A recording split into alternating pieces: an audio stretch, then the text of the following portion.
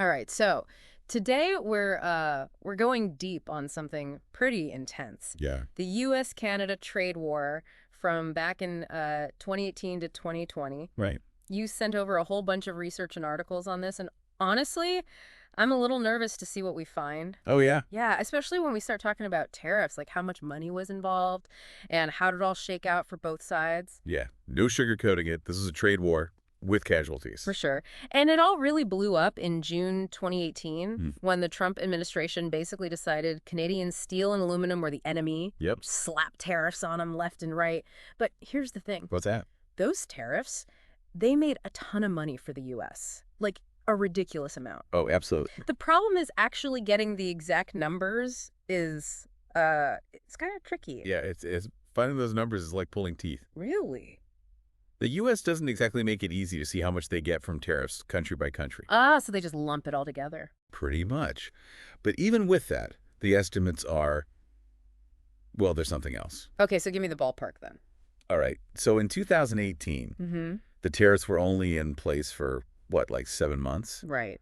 And we're still talking somewhere between $700 million and $1 billion. Wow.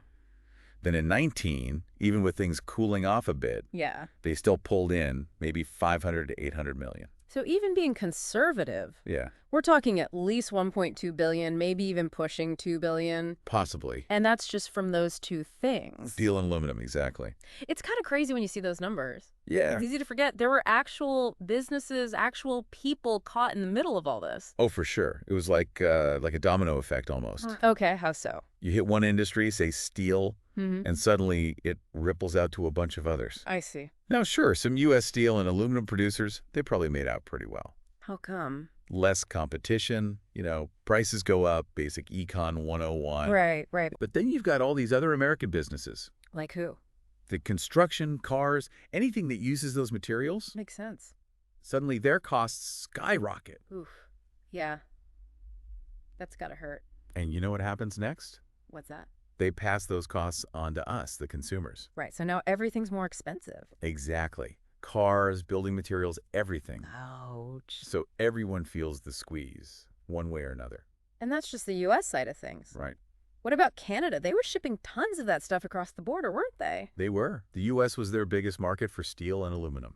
So those tariffs, that wasn't just an inconvenience for them. No, this was a huge blow to their industries. Wow. Whole communities relied on that trade, and suddenly it's gone. So you've got the U.S. raking it in, Mhm. industries on both sides scrambling to figure things out. But I'm guessing Mm. Canada didn't just sit there and take it, right? Oh, definitely not. They fought back, hit the U.S. with some tariffs of their own. Really? Okay, now that's interesting. Things get pretty spicy from there. Okay, well, lay it on me then. What Canada do? Okay, so let me get this straight. Sure. Canada's economy is taking a hit, their industries are hurting, and meanwhile, Mm-hmm. the U.S. is basically swimming in billions, right? Yeah, pretty much. What do they even do at that point? Well, they didn't just roll over, I'll tell you that. What they do? They came back with their own set of tariffs aimed right at the U.S. Oh, wow, really? Yep, targeted like 16.6 billion Canadian dollars, that is, worth of U.S. imports. They weren't messing around. Not at all. And they actually managed to pull in a decent amount themselves. How much are we talking? Somewhere around 1.5 billion Canadian in 2020. Okay, so not chump change, but Yeah. not quite the same level as the U.S. True, but the money wasn't really the whole point. What do you mean? It was more about the message, Like, we're not going to be pushed around. Exactly. It was Canada standing up and saying, hey, we're going to fight back. That's pretty powerful, actually. It is. Like, remember, tariffs, they aren't just about economics. Right, it's more than just dollars and cents. Exactly. It's about relationships, international relations. Oh, yeah, for sure. Like, if two countries are throwing up tariffs, Yeah. that's got to create some serious tension, right? Huge tension. And uncertainty. For businesses, So it's not just governments feeling it. no, not at all. Huh. Businesses need to know what the rules are, how to plan. Makes sense. And when you get these sudden trade wars, it throws everything out of whack. So it's almost like this whole other level on top of the actual economics. Totally. It's a power play, almost. A game of chess. Oh, interesting. Each side trying to outmaneuver the other. I see. And in this game, both sides had specific targets in mind. Okay, so on the U.S. side, Yeah. who are they going after?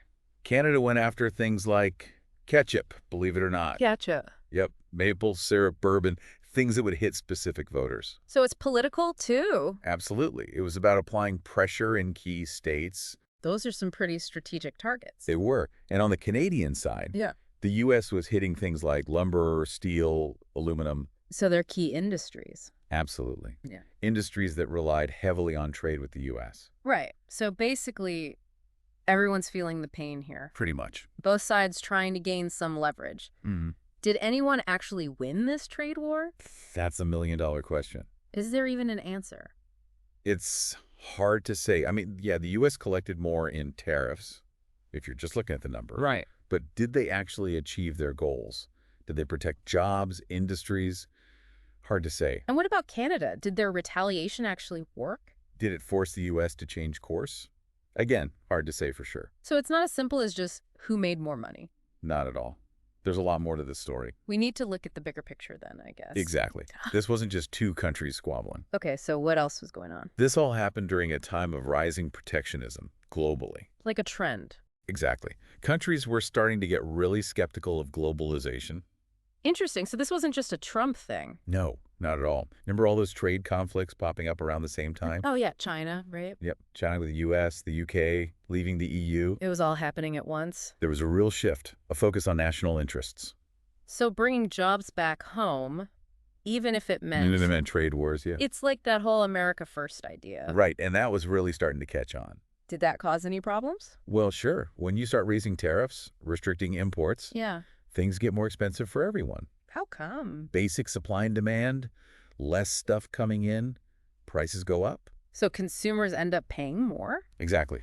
Less choice, maybe even shortages. It's like a trade-off then. It is. You might protect some industries But you hurt others. and hit consumers in the wallet. Doesn't sound like a great solution. And it also makes things unpredictable.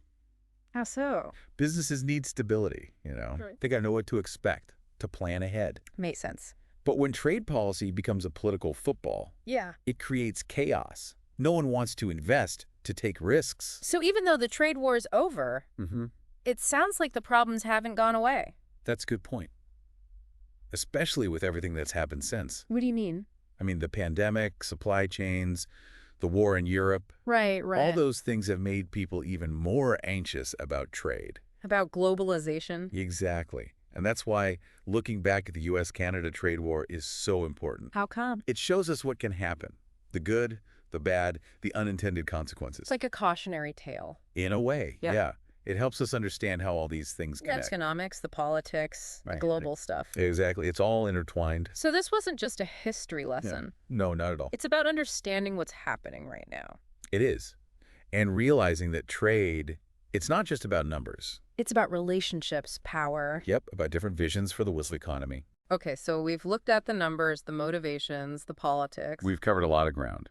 But before we wrap up, I want to leave our listener with something to think about. All right, what's that? Knowing everything we know now about the costs, the benefits, everything, Yeah. were those tariffs, were they actually a good thing or a bad thing? For the U.S., for Canada. For everyone involved, there's no easy answer, that's for sure. Nope. But it's something we're thinking about as we try to understand the world of trade. It is. It's more complex than it seems. Well, it's been great diving deep with you on this one. Likewise, always a pleasure. And to our listener, thank you for sending us on this journey. Yeah, thanks for listening. We hope this deep dive gave you some things to consider Some food for thought. and maybe inspired you to keep digging on your own. Keep learning. Until next time, stay curious and happy diving.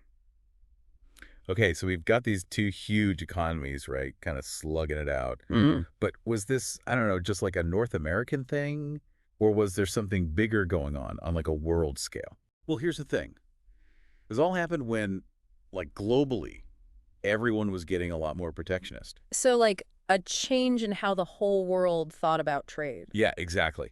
Like Yeah. more and more countries started looking at globalization kind of sideways. So it wasn't just a Trump thing? No, not at all. Yeah. Think about it. We had all those other trade fights happening at the same time, right? Oh, right. Like China? Exactly. China and the U.S., the U.K. leaving the EU. It was everywhere. Wow. Yeah. It was like a whole mood, almost. Yeah, totally. There was this real feeling of, we got to protect our own, you know, bring jobs back home, even if it means... Even if it means like throwing up walls. Yeah, even if it meant trade wars. Yeah. And that America First idea, it was catching on. But those protectionist moves, didn't they, like, cause their own Oh, problems? of course. Uh, When you start messing with tariffs, blocking imports, basically you're just making everything pricier. for everyone. Yeah, consumers end up paying more, there's less choice, you might even get shortages of important stuff. So it's like you try to help some industries, but then. But then you might hurt others. Yeah. And the average person shopping at the store, they definitely feel it. Yeah, that makes sense. Plus, it just makes the whole global economy way less predictable. Businesses hate that. Because they can't plan. Right. They need to know the rules, how things are going to work. Yeah. But when trade policy is, like, changing all the time because of politics, Yeah. That sounds messy. it creates chaos. Nobody I- wants to invest to take risks when it's like that. So even though the actual trade war ended, Mm-hmm. it sounds like those bigger issues, those tensions, they're still around. That's a really good point, especially with everything that's happened since, right? Oh, yeah, like what? I mean, the pandemic just messed everything up. Yeah. Then you've got supply chain problems everywhere. And now the war in Europe. It's a lot all at once. It is. Yeah. And all that stuff just makes people even more worried about the global economy, about trade. So this whole U.S. Canada thing, it's Yeah. not just ancient history. No, not at all. It shows us what can happen, the good and the bad, even the stuff nobody expected. It's like a warning, almost. Yeah, in a way. Yeah. It helps us connect the dots between the economics, the politics, what's happening all over the world. So it wasn't just about, like, learning some facts about the past. Yeah. It was about understanding what's going on right now. Exactly. Trade isn't just about numbers, Yeah, it's way more complicated than that. It's about relationships between countries, power, and how people think the whole world economy should work. Wow. Okay, so we've looked at, like, a ton of stuff. The money, what each side was trying to do, all the politics. A lot to unpack.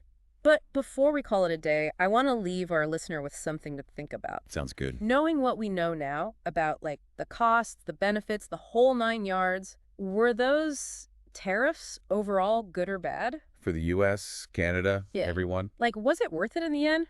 It's a tough question, right? Yeah. No easy answer. definitely not.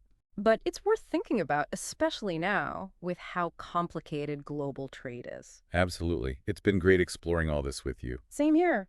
And to our listener, thanks for sending us down this rabbit hole. We hope this gave you some stuff to think about, maybe even got you wanting to learn more. Stay curious, and until next time, happy diving.